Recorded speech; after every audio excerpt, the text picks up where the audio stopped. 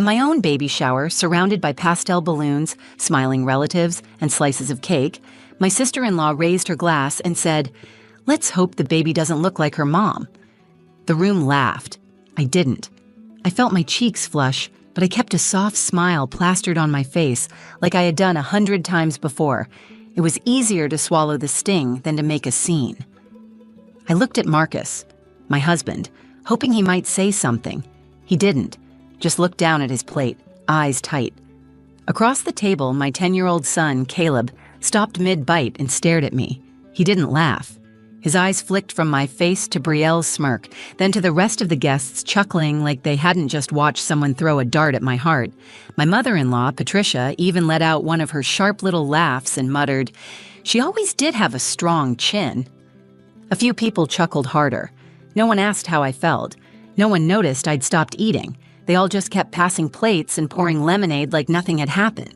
I stayed quiet. I always did.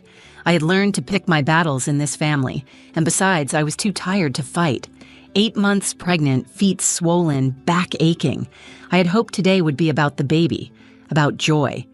But even today, somehow, I had become the punchline. What I didn't know was that Caleb had been watching all of it, listening, remembering. He didn't speak right away. He didn't defend me in that moment. He just sat there, quiet, holding something in his lap, something he'd brought with him wrapped in silver paper and sealed with crooked tape. A gift. A few minutes passed. Brielle moved on to her next joke. People returned to their conversations. The room buzzed again. Then Caleb stood up. No one noticed at first. He wasn't loud. He didn't clear his throat or ask for attention. He just stood, holding his little silver box. And then, in a voice so calm and clear it silenced the laughter, he said, "I made a gift for the baby. Dad said to wait until everyone was watching." The room turned. Forks paused midair. Brielle blinked. My mother-in-law looked up from her cup. Caleb walked around the table and handed the box to Patricia. "Open it now, please," he said. "It's important." She looked confused, but unwrapped it anyway. I didn't know what was inside. Caleb hadn't shown me. He said it was a surprise, but the moment she pulled the lid off and looked inside, her face changed. Her mouth parted. Her hand froze midair. The box sat open in her lap, but she didn't say a word. Nobody did. In that moment, I realized something. For the first time, it wasn't me who had to speak up. It was my son. And what he gave her in that box changed everything.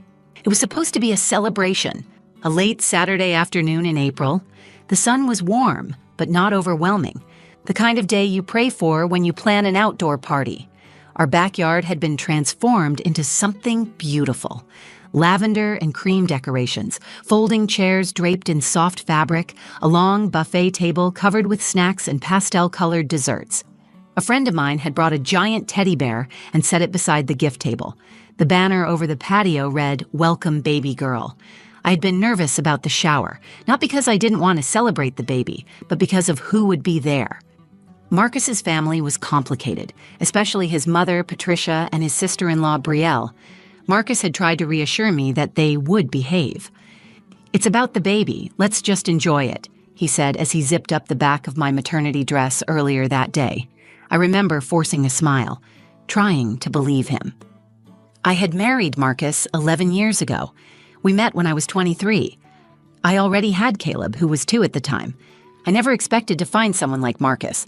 Patient, steady, and ready to love a child that wasn't his. But from the beginning, his family had kept their distance. Patricia was polite in front of Marcus, but cold in private.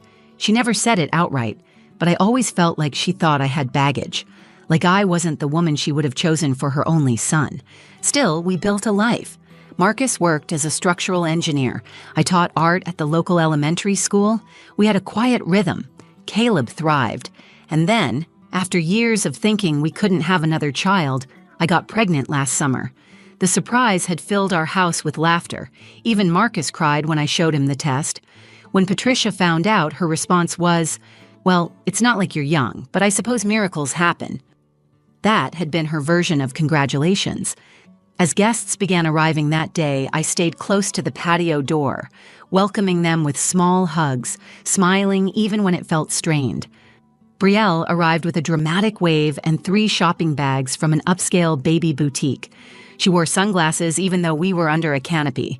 "I brought options," she said, as if the whole event needed her approval. She kissed Patricia on the cheek and gave Marcus a loud, showy hug. Then she turned to me, nodded once, and said, "You look healthy." That was Brielle's thing. Compliments with a twist of lemon juice.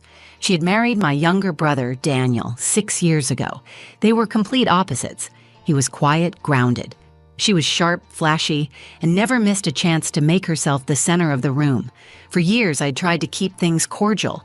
Holidays, birthdays, even brunches. I told myself she wasn't worth the energy, that ignoring her was stronger than engaging her.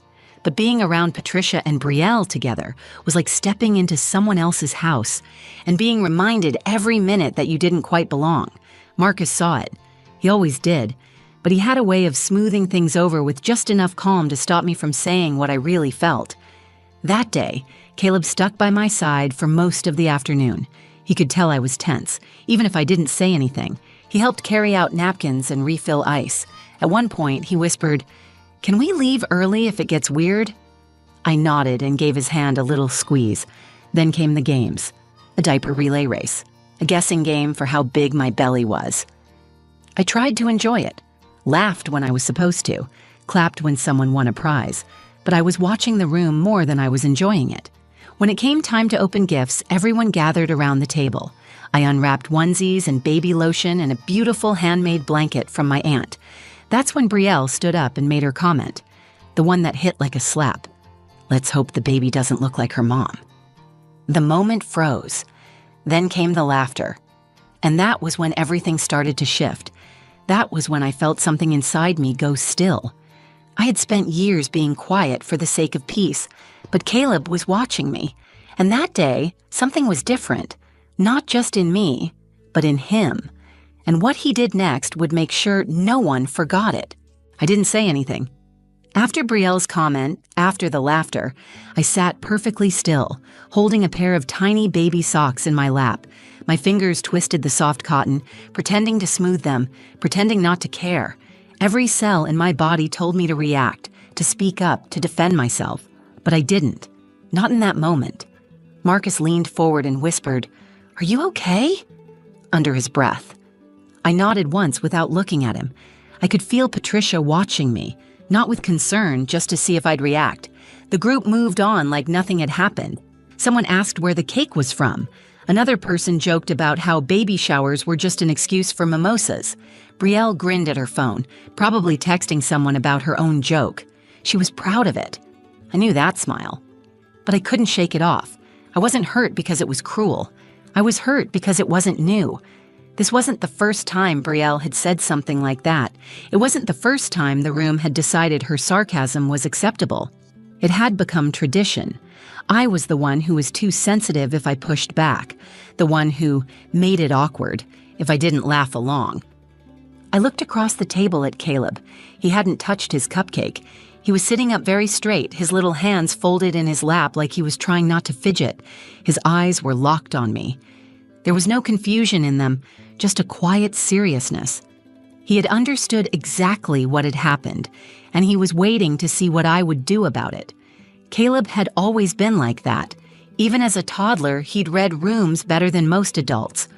When I used to come home from working double shifts, he would pull his blanket into the kitchen and sit on the floor beside me while I cooked, just so I wouldn't be alone.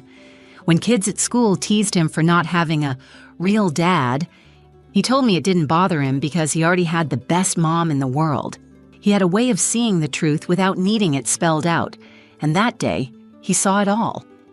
After a few more gifts were opened, Patricia clapped her hands and said, "Let's have Caleb give his gift now." She looked at him like it was a favor, like she was giving him his little moment. He hesitated. I could tell he wasn't sure if it was time. "Go ahead," Marcus said gently. Caleb stood up. He didn't rush. He held the silver wrap box in both hands and walked over to Patricia. She reached for it, but he didn't let go right away. "I want to say something first," he said. The chatter in the yard died down. He wasn't loud, but the room quieted anyway. Maybe it was the tone of his voice. Maybe it was how steady he looked. Caleb turned and looked at me, then back to the group. I made this for the baby. I worked on it for 3 weeks. Dad said I could give it when everyone was watching." A few people smiled politely. Brielle rolled her eyes like she expected it to be cute, like it was just another silly drawing or poem. Caleb looked directly at her. Then he looked at Patricia. "I know some people don't like my mom," he said, clear and even, "and I don't really get why, but I do know that the baby is really lucky because she gets to have the same mom I do." My heart caught in my throat. Someone at the back coughed. No one else made a sound. Then Caleb handed the box to Patricia and walked back to his seat. She opened it slowly, like she didn't expect anything important. She pulled the lid off the box and looked inside. Whatever she saw made her stop. Her fingers touched the edge of something inside, but she didn't pull it out right away. She just stared. The room was still. I felt the silence in my chest like a weight. For the first time in years, no one had anything to say. And for once, I didn't feel alone. Caleb sat back down beside me without saying another word. He didn't look nervous or uncertain. He wasn't seeking applause or validation. He had done what he came to do, and now he was quiet again. But the energy in the backyard had shifted. The laughter, the chatter, even the soft music from the speaker felt like background noise to something bigger. All eyes were still on Patricia. She hadn't moved. She held the open box in her lap, but she hadn't taken anything out. Her expression was difficult to read, somewhere between confusion and discomfort, maybe even shame. I turned slightly to see what Caleb had made. Inside the box was a handmade baby book tied together with pink ribbon and decorated with stickers. He had titled it, "For My Baby Sister from Your Big Brother." The handwriting was uneven but careful. It was full of love. I didn't know he had been working on something like that. He hadn't mentioned it to me or Marcus. I hadn't seen him gather the supplies, but he must have done it late at night, maybe while I was resting. He had been quiet the last few weeks, thoughtful. I had assumed he was nervous about the baby. I hadn't realized he was preparing for something more than her arrival. Patricia finally touched the edge of the book and lifted it out of the box. She opened the first page. I didn't know what she was reading at that moment, but I could see her jaw tighten and her lips pressed together. She turned another page, then another, slower this time. Brielle leaned over from her seat to sneak a look. She let out a short laugh through her nose. "It's cute," she said, almost dismissively. Patricia didn't respond. Marcus shifted beside me. "Did you know he was working on this?" he asked. I shook my head. "Not a clue." He looked at Caleb, who was now sipping juice from a paper cup and watching the adults like a scientist observing a room full of unpredictable animals. He wasn't smiling, but he looked calm, grounded. Patricia turned to the back of the book and stopped. She didn't flip the final page. She stared at it for a long time. "What is it?" someone asked softly from the table. She didn't answer, but I knew. I had a guess before I even saw it. That last page held a photo Caleb had once found tucked inside my jewelry box. It was old, over a decade. I was sitting in a hospital bed, holding newborn Caleb against my chest. No one else was in the room. No flowers, no family, just me and my son. The photo had been taken by a nurse who saw me crying and offered to capture the moment. It was blurry, dim, and raw. I had never shown it to Marcus. It felt like a memory I didn't want to bring into this chapter of my life. But somehow, Caleb had known it mattered, and he had chosen to include it. Below the photo, he had written in crayon, "She did it by herself before. Now we can help her." The weight of that line hit me harder than anything else that day. Caleb wasn't just defending me. He was reminding them of who I was before any of them entered my life, before Patricia's judgment, before Brielle's jokes, before I had to prove myself as a wife, a mother, or a person worth respecting. I saw Patricia blink hard. She closed the book slowly, then looked across the table at Caleb. He met her eyes, not with defiance, but with something firmer, truth. She looked at me next. For once there was no condescension in her face, no silent critique, only stillness. "I didn't know," she said quietly. Marcus reached over and took my hand. His thumb brushed over mine once, not saying anything out loud, but his grip tightened. It was his way of saying he saw it now too, all of it. What had started as a small, dismissive joke from Brielle had turned into something else entirely. My 10-year-old had turned the entire room into a mirror, and for the first time, they had to look at what they had chosen to ignore. That was the moment the energy shifted from uncomfortable silence to quiet reckoning. That was when I knew I didn't have to stay small anymore. The baby book sat closed in Patricia's lap, but the air around it still felt electric. The room wasn't just quiet, it was locked in place. Nobody moved, nobody joked, nobody reached for another slice of cake. I watched Patricia closely. This woman had spent years deciding how much of me she would accept. She had made that choice again and again with every side comment, every raised eyebrow, every moment she looked past me in a family photo. But now, she had nowhere to look but down at the words her grandson had written. She handed the book back to Caleb. Her voice came low and slow. "You made this all by yourself?" Caleb nodded. "I asked Dad to help with the ribbon, but the pictures and the drawings were all me." She looked at Marcus, then back at Caleb. "It's very special."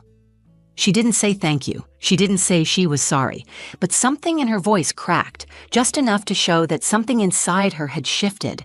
That small, careful change said more than an apology ever could. I stood up and walked to Caleb.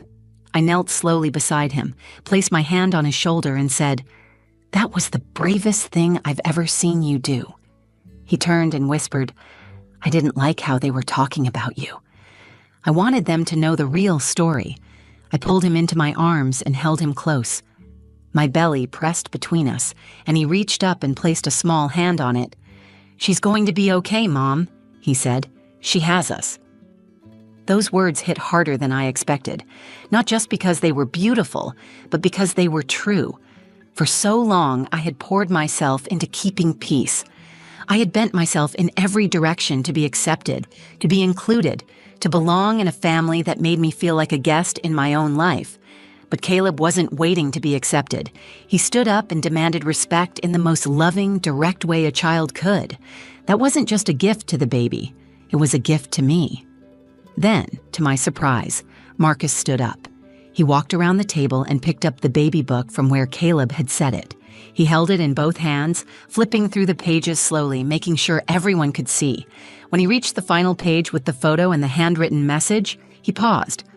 "This photo," he said, turning it toward the group, "is of Ava holding Caleb right after he was born.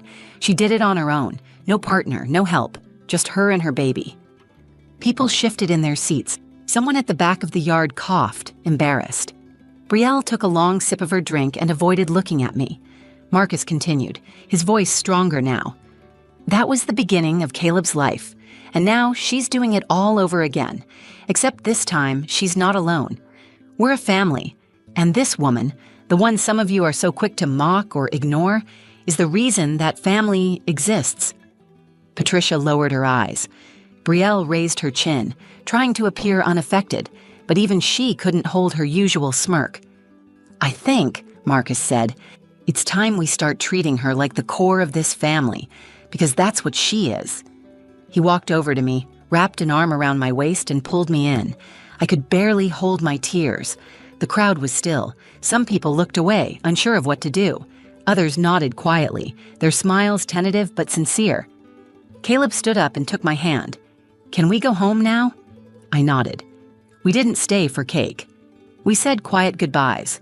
Some guests looked embarrassed, others grateful. Patricia placed her hand briefly on my arm as we passed. She didn't say anything more, but the gesture was soft, uncharacteristically so.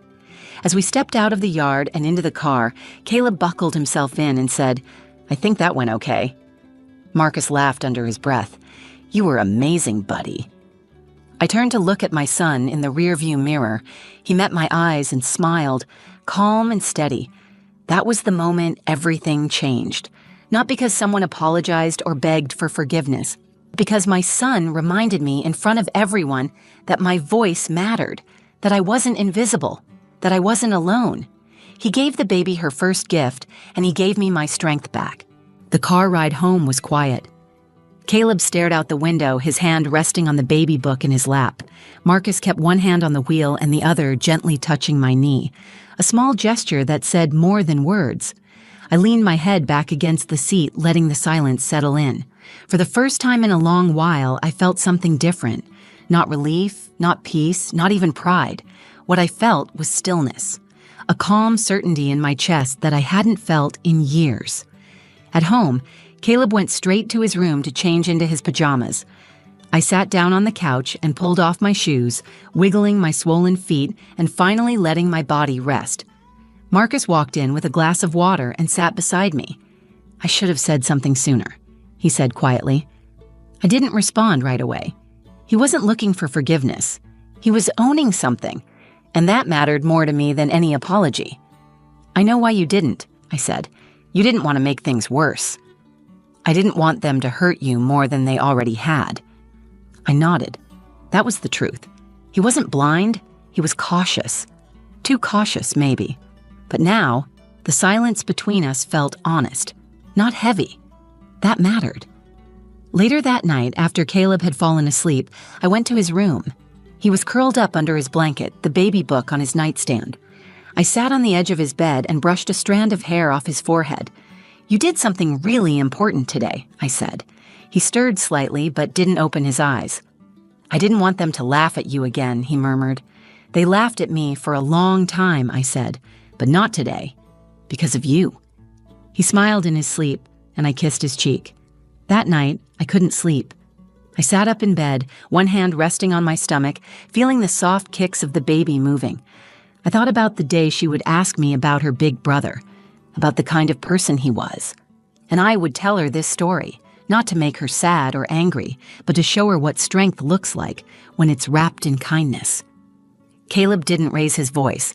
He didn't argue or call anyone out by name. He just told the truth, plainly and beautifully. And that truth changed the room. In the days that followed, I received a message from Patricia. It wasn't long, just a few lines. "Thank you for raising a boy with heart. That book reminded me of things I needed to see." It wasn't an apology, but it was something, a beginning. Brielle never mentioned the comment again, but she didn't make any more jokes either. At the next family dinner, she asked Caleb about his drawings. She even offered to help set the table. Small steps. Not transformation, but motion.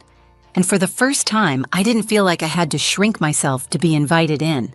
The baby came 4 weeks later, a healthy girl we named Elena Rose. When Patricia held her in the hospital room, she didn't comment on whose features she had. She just looked at her and said, "She's strong." I can tell already. Marcus looked at me and smiled, just like her mom. But I knew. She would be strong like her brother, too. The lesson I carry from that day is simple, but it sits deep in my bones. Sometimes, you don't have to raise your voice to be heard. Sometimes the quietest person in the room carries the loudest truth. And sometimes, that truth doesn't come from the adults. It comes from the child who has watched long enough to know what's right. My son reminded me that silence doesn't always protect peace. And when someone stands up for love, for fairness, for dignity, they don't just shift the moment. They shift the future. The baby shower was supposed to be about welcoming our daughter, but it ended up being about something bigger. It became the moment we stopped accepting less than we deserved. They laughed at me, but my son made sure they remembered who I really am. Some moments change everything, not because they're loud or dramatic, but because they reveal the truth so clearly, no one can ignore it anymore. That day, I didn't fight back. I didn't need to. My son spoke with love, and it was louder than any insult could ever be. If this story touched you, made you think, or reminded you of your own strength or someone else's, please take a second to like the video, share it with someone who needs to hear that love can be louder than hate, and subscribe to the channel for more real stories about family, resilience, and finding your voice, even when the room is laughing. And don't forget to drop a comment below. I read every single one, and I'd love to hear your thoughts, your experiences, or even just a few words about what this story meant to you. Thank you for being here. See you in the next one.